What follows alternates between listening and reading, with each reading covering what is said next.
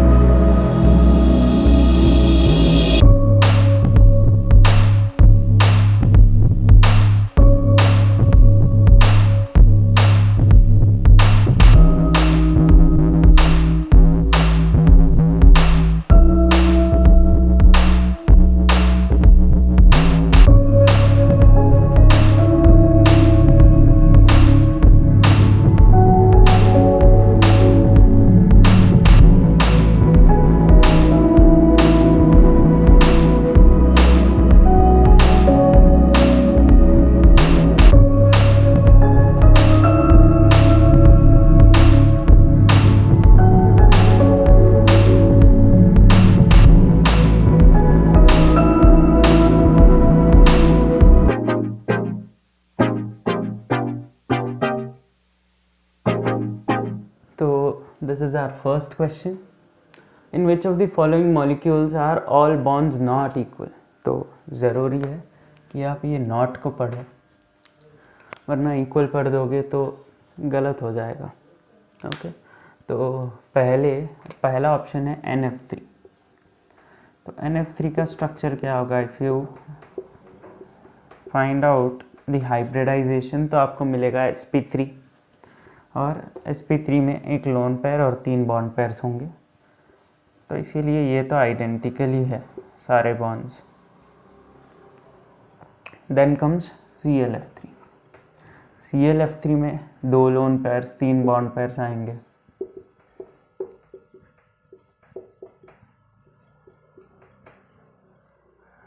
तो इसीलिए यहाँ पर ये इक्वेटोरियल प्लेन में है और ये एक्सियल प्लेन में, तो इसीलिए ये एक्सियल पोजीशंस, ये इक्वेटोरियल पोजीशंस इक्वल नहीं हो सकते अब ये, नॉन आइडेंटिकल,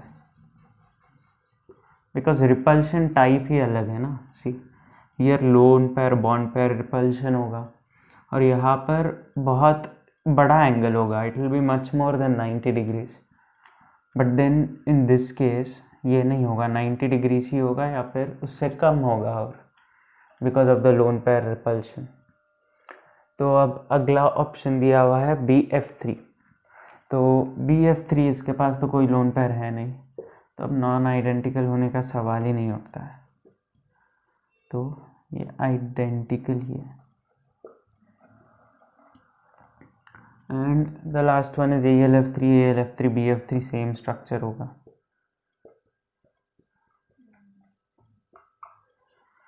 और ये भी आइडेंटिकल, तो आपका आंसर होगा option B, which is ClF3। तो this is our second question, which of the two has more dipole moment, this PCl3F2 और PF3Cl2। तो ये पूरा क्वेश्चन एक ऐसे कंसेप्ट पर बेस्ड है जो आपको जानना बहुत ज़रूरी है, एंड दैट इज़ कि इक्वेटोरियल पोजीशंस में कौन से एलिमेंट्स आएंगे और कब आएंगे, और सिमिलरली एक्सियल में कौन से आएंगे और कब आएंगे। तो PCl3F2, तो when you take a look at this PCl Cl Cl F F, तो ये इक्वेटोरियल पोजीशन में हमेशा बड़े वाले एटम्स आएंगे, छोटे वाले नहीं आएंगे, छोटे वाले एक्सियल में चले जाएंगे। और रीज़न क्या है, रीज़न ये है कि यहाँ पर होगा 120 डिग्रीज, अगर ये 120 डिग्रीज है तो ये एंगल काफ़ी बड़ा है, if you keep it here ना, तो ये वाला एटम जो है वो इस वाले एटम के साथ रिपेल करेगा, और यहाँ पर सिर्फ 90 डिग्रीज है तो यहाँ पर ज़्यादा रिपल्शन होगा, बट देन यहाँ पर 120 डिग्रीज है बीच में, तो इसीलिए रिपल्शन कम होगा when you consider with the previous case. और सिमिलरली अगर आपके पास लोन पेयर हुआ ना, बड़ा एटम या फिर लोन पेयर, दोनों में से कुछ भी आप रख सकते हो in this place in equatorial position, but छोटे एटम्स हमेशा एक्सियल पोजीशंस पर आएंगे। तो then comes PF3Cl2, PCl Cl F F F, तो ये आपका इक्वेटोरियल पोजीशन हो गया। तो अब आपको क्लियरली दिख रहा होगा कि इसमें डाइपोल मोमेंट जो है दैट इज़ 0, बट इसमें dipole moment is not equal to 0, तो इसीलिए dipole moment is more in this than this. तो होपफुली आपको ये कंसेप्ट समझ में आ गया होगा, नहीं आया समझ में, वापस रिवाइंड करो, प्ले करो, समझो इस कंसेप्ट को, बहुत इम्पॉर्टेंट है। तो दिस आर थर्ड क्वेश्चन कि number of BOB bonds in borax is what. तो सी ये क्वेश्चन जो है ना, that is not based on any concept, but then this is based on an important structure जो आपको याद रखना ज़रूरी है। एंड बोरैक्स का स्ट्रक्चर क्या है, बोरैक्स का स्ट्रक्चर ये आपको याद रखना पड़ेगा। सिमिलरली मैंने कुछ और क्वेश्चंस दिए हैं जिसमें आपको स्ट्रक्चर याद रखना है। OH OH OH,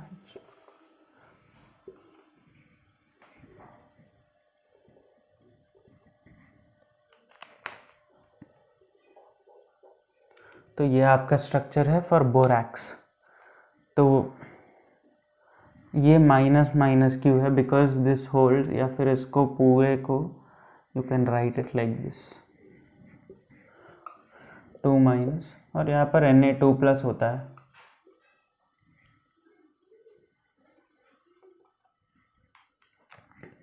this is whole of borax, ठीक है। तो ये स्ट्रक्चर याद रख लेना।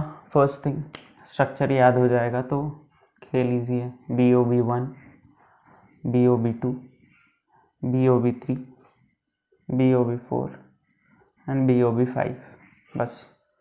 तो इसीलिए आंसर है 5। तो ऐसे सिमिलरली मैंने कुछ और स्ट्रक्चर्स दिए हैं here and then in the description box, जहाँ पर मैं क्वेश्चंस दे रहा हूँ। तो उन क्वेश्चंस को फर्स्टली टाइम कर देना for I think I had given 12 minutes. तो 12 मिनट लगाना timer, solve all of them and then जितने भी आए it's okay. If you don't get any even then it's fine, because at least आपको पता है where to start. That is more important. See most of them they try to cheat themselves कि नहीं अब मुझे कोई क्वेश्चन ना आए, ऐसा तो हो ही नहीं सकता, तो कुछ ना कुछ तो करना पड़ेगा। They start cheating and then while they cheat they don't realize कि they are cheating themselves, because at the end उन्हें ही पेपर देना है और उन्हें ही सब कुछ सीखना है।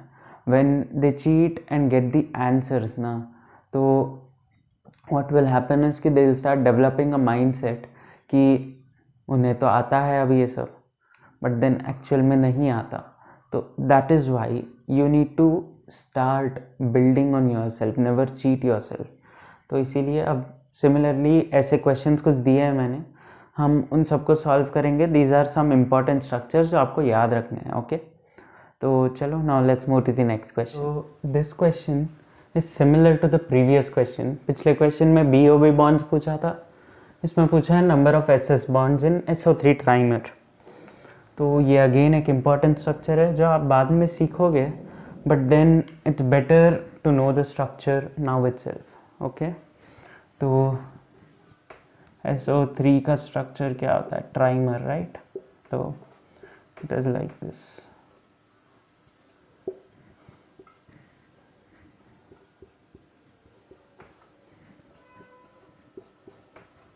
This is SO3 trimer. तो अब नंबर ऑफ SS बॉन्ड्स पूछा है। SS तो कोई बॉन्ड नहीं है, ऑल आर OS बॉन्ड्स, तो इसीलिए आंसर तो 0 होगा। But the objective of the question was कि आप ये स्ट्रक्चर याद करो। ओके, सी स्ट्रक्चर बनाना तो इजी है। अब देखो सिंपली क्या करना है, S लिखो, फिर उससे O को कनेक्ट करो, S को कनेक्ट करो, एक साइक्लिक एक हेक्सागन बना लो। तो कैसे बनाएंगे हम? एक हेक्सागन बना लो पहले, इसको हटा देते हैं, आंसर तो अब हमें पता ही है कि 0 है। तो एक हेक्सागन बना लो, start writing alternate SOS। Okay, अब हर S को एक डबल बॉन्ड, 2 डबल बॉन्ड ओस दे दो, and that is your SO3 trimer. Okay, तो चलो now let's move to the next question. तो this question, which of the following doesn't exhibit hydrogen bonding? तो सी हाइड्रोजन बॉन्डिंग के लिए condition क्या होता है? फर्स्टली कंडीशन देख लेते हैं।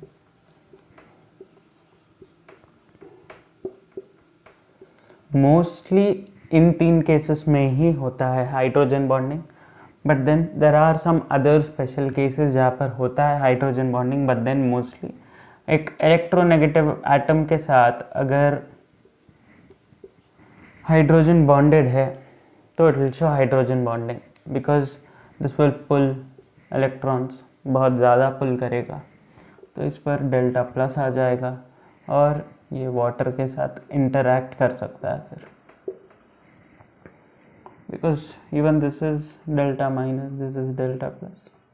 वाटर ले लो या फिर कोई और सिमिलर OH बॉन्ड, तो ऑल ऑफ दीज इंटरैक्ट, तो इसीलिए इसको हाइड्रोजन बॉन्डिंग बोलते हैं।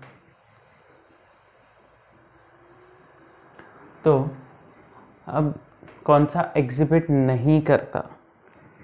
Is it option A? Option A नहीं होगा, बिकॉज सी रिमेंबर दिस कि अल्कोहल्स कभी अल्कोहल्स हाइड्रोजन बॉन्डिंग शो करते हैं हमेशा। तो कैसे? बिकॉज CH3 CH2 यहाँ पर OH है, तो ये पुल करेगा electrons from this hydrogen and this will interact with others. अब नेक्स्ट है एक carboxylic acid.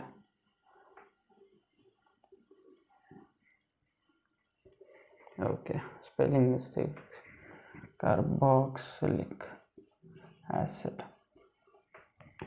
So carboxylic acids, इसमें भी सिमिलर टाइप का है एक चीज़. तो CH नहीं है, इट्स सिंपली COOH यहाँ पे. ओके, तो C double bond OH similarly है ऐसा ही. नेक्स्ट कम्स ये विच इज़ अ कीटोन. अब इन दिस केस आप अगर ध्यान से देखो तो ऐसा कोई हाइड्रोजन नहीं है which is directly linked with a electronegative atom, बहुत ज़्यादा इलेक्ट्रोनेगेटिव. तो यहाँ पर ऑक्सीजन कार्बन के साथ है बट देन हाइड्रोजन के साथ है नहीं, तो इसलिए this will not exhibit hydrogen bonding. Option C will not exhibit. और ऑप्शन डी क्या है? This is called acid amine होता है, ये एसिड डेरिवेटिव है ये. Okay, it is called amide. अब इसमें क्या है, यहाँ पर nitrogen is linked with hydrogen और ये पुल करेगा, तो इसीलिए even this shows hydrogen bonding. तो आई होप कि हाइड्रोजन बॉन्डिंग रिलेटेड कंसेप्ट आपका क्लियर हो चुका होगा. ओके, तो चलो now let's move to the next question. अब what does this question ask? This asks कि कौन से करेक्ट है ये सारे स्टेटमेंट्स में. तो फर्स्ट ऑप्शन कह रहा है कि ionic bond is non directional. क्या ये सही है? यस, ये सही है, because see when you take some ionic bond तो बस इलेक्ट्रॉन क्लाउड का मैटर होता है, it doesn't depend on direction, तो इसीलिए it is non directional. But then covalent bond अगर आप लो ना, तो it depends on how the electrons are sharing their, I mean how are atom sharing their electrons, तो इसीलिए इट इज़ डायरेक्शनल. और similarly also with the coordinate bond it is directional. तो ionic bond is non-directional is the correct statement. And then ionic compounds have very high melting point and a boiling point. क्या ये सही है? Yes, this is a property of ionic compounds. Covalent compounds का boiling point भी high होता है. Then comes ionic bond is formed by electron transfer from one atom to other. तो yes, ये भी correct है, because when you write the equations ना, तो what do you write? A gives A plus plus electron और B takes an electron to give B minus. तो इसका मतलब क्या हुआ कि one is giving electron and the other is taking it. तो इसीलिए इलेक्ट्रॉन ट्रांसफ़र तो हो रहा है. And you have to remember कि ये फोर्स ऑफ अट्रैक्शन जो होगी in A plus and B minus, that will be electrostatic force of attraction. ठीक है. And then boiling point of ionic compound is low. ये नहीं हो सकता because we have already discuss कि हाई होता है. ओके, तो चलो now let's proceed with the next question. तो अब this question, which of the following has highest covalent character. तो इस क्वेश्चन के लिए you have to start noting down, okay, because these are some really important concepts, आपको ज़रूरत पड़ेगी इनकी. तो this is called Fazan's rules. तो पहला पॉइंट होता है कि more charge on cation implies more polarization.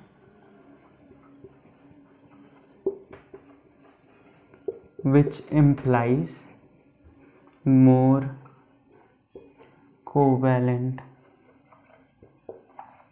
character. Okay, ये first point. Second point, again anion पे भी सेम चीज़, मोर चार्ज ऑन कैटायन और anion, okay, implies more polarization, which means more covalent character. And then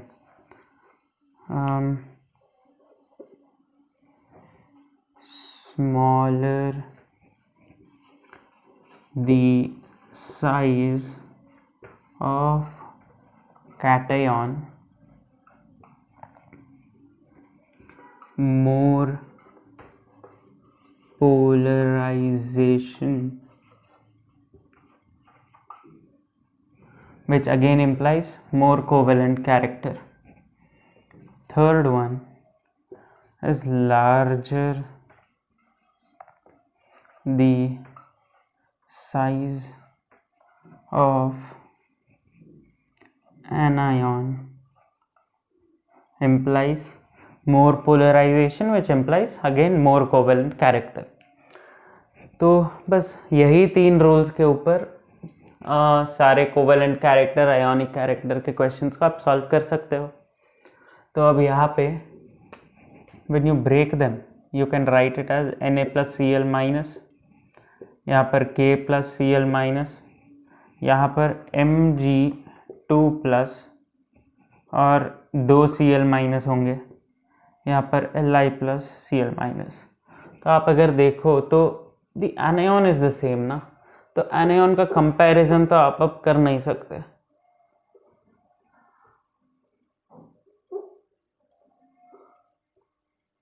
तो anion नहीं करोगे आप compare. अब now what will you compare? पहले हमेशा चार्ज चेक करना, चार्ज अगर ज़्यादा हो गया तो ज़्यादा कोवेलेंट कैरेक्टर, तो ऑप्शन सी ही सही होगा इसका, बिकॉज चार्ज देखो 2+, यहाँ पर सारे 1+ है।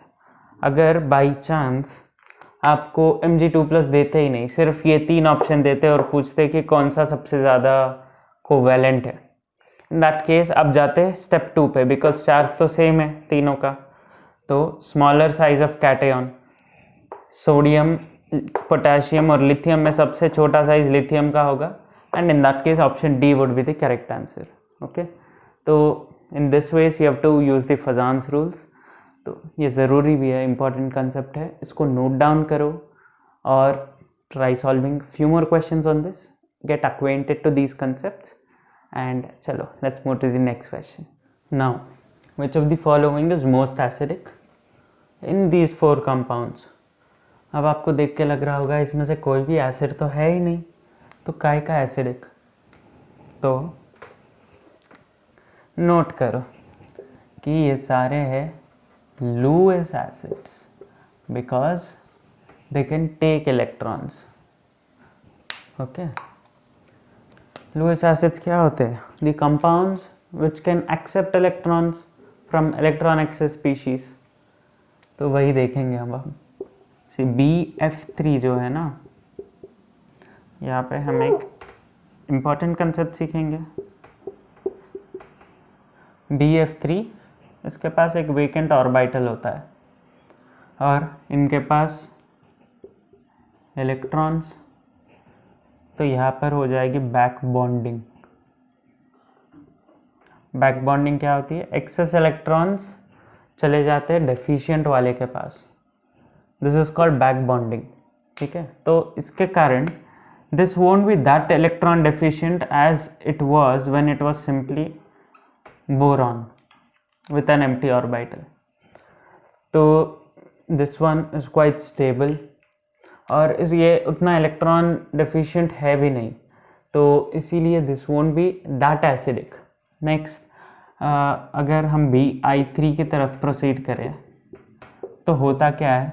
See here this one is from second period, but iodine I think 5th period से है, 5th या 6th, शायद 6th पीरियड से। तो इसीलिए इसका साइज बहुत बड़ा है और इसका साइज बहुत छोटा, तो ओवरलैपिंग उतनी अच्छी नहीं होगी, बैक बॉन्डिंग बहुत ज़्यादा कम होगी इन दिस केस। तो इसीलिए this will have more tendency to accept electrons from some other species which is electron rich, तो इसीलिए ये एसिडिक होगा, बहुत बहुत ज़्यादा एसिडिक होगा ये। और BCl3 को देखते हैं। BCl3 जो है सिमिलर टू BF3 होगा, बट देन BF3 से थोड़ा कम बेसिक या फिर थोड़ा ज़्यादा एसिडिक होगा। Okay, not F, right, Cl देखना है हमें। तो BCl, Cl, Cl। अब ये ऐसा इलेक्ट्रॉन देने की टेंडेंसी इसमें कम क्यों होगी? Because this is from third period, this is from second period, overlapping उतनी अच्छी नहीं होगी सिमिलरली BBr3 में।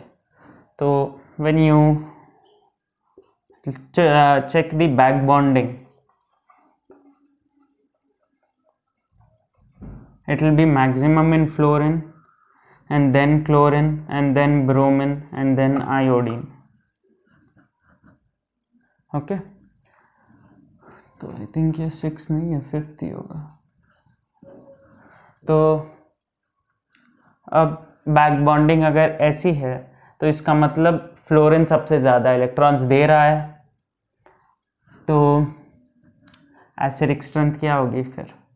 एसिडिक स्ट्रेंथ एग्जैक्टली उल्टा होगी इसकी। It will B BF3, BCl3, BR3, BI3, इसीलिए option B will be the right answer. तो now this question, the number of water molecules bonded directly to metal centre in copper sulphate pentahydrate is. ये दो जगह पे आता है NCERT में, एक है केमिकल बॉन्डिंग और दूसरा है D एंड F ब्लॉक। तो दोनों बार हमें ये देखने को मिलता है कि कॉपर सल्फेट का जो स्ट्रक्चर है, राइट, ये कॉम्प्लेक्स है। ओके, तो ये सारे कोऑर्डिनेट बॉन्ड्स होते हैं। अब एक वाटर ऑफ क्रिस्टलाइजेशन यहाँ पर 2+ होता है और इसके लिए SO4 2- होता है, और एक वाटर ऑफ क्रिस्टलाइजेशन होता है। तो अगर पूछ लेते हैं कि कितने वाटर मॉलिक्यूल्स डायरेक्टली बॉन्डेड नहीं हैं, तो your answer would be 1। But then पूछा है कि कितने डायरेक्टली बॉन्डेड है, तो 1 बॉन्ड, 2 बॉन्ड, 3 बॉन्ड, 4 बॉन्ड, तो इसीलिए 4 विल बी द आंसर। और ये एक इम्पॉर्टेंट स्ट्रक्चर है, वापस से इसको भी याद रखना है आपको। तो इस वीडियो में हम ऑलरेडी, ये हमारा तीसरा स्ट्रक्चर है जो हमें याद रखना है। ओके, तो इसीलिए option C will be the right answer to this one. अब आप में से काफ़ी लोग सोच रहे होंगे कि सारे कंसेप्ट्स हो गए, बस MOT क्यों नहीं आया? अब लो, MOT भी आ गया फिर आपके लिए। अब सी द क्वेश्चन सेज कि if Hund's rule is violated, then there was what is the bond order and magnetic nature of the diatomic molecule B2. B2 boron होता है, बोरॉन का डायटोमिक मॉलिक्यूल है ये। तो ऑप्शन है 1 and diamagnetic, 0 and paramagnetic, 1 and paramagnetic, 0 and diamagnetic. Okay, तो सी अब MOT draw करना आना चाहिए यहाँ पे।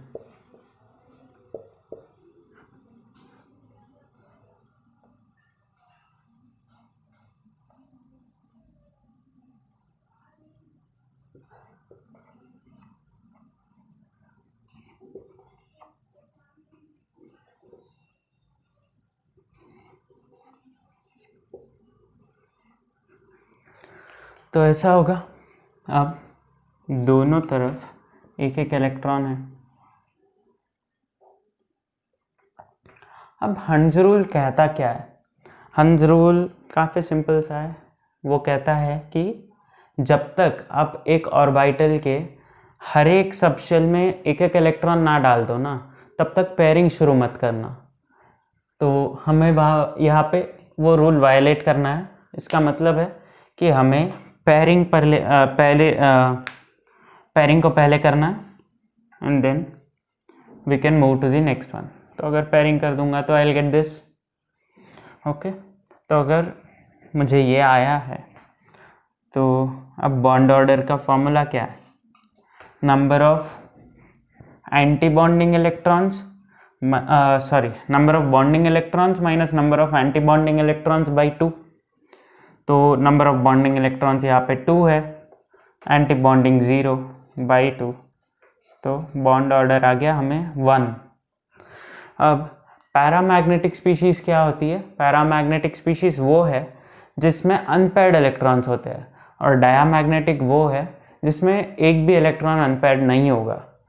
तो in this case no unpaired electrons, तो इसीलिए इट इज़ डायामैग्नेटिक। तो इट इज़ 1 एंड डायामैग्नेटिक। और ये आपका जेईई एडवांस का सवाल था, वेरी वेरी कंसेप्ट ओरिएंटेड, कि हंस रूल के वायलेशन पे और एमओटी दोनों को क्लब करके एक बहुत अच्छा सवाल बनाइए। तो चलो, इसी के साथ we end the session, and keep practising, keep motivated, and all the very best.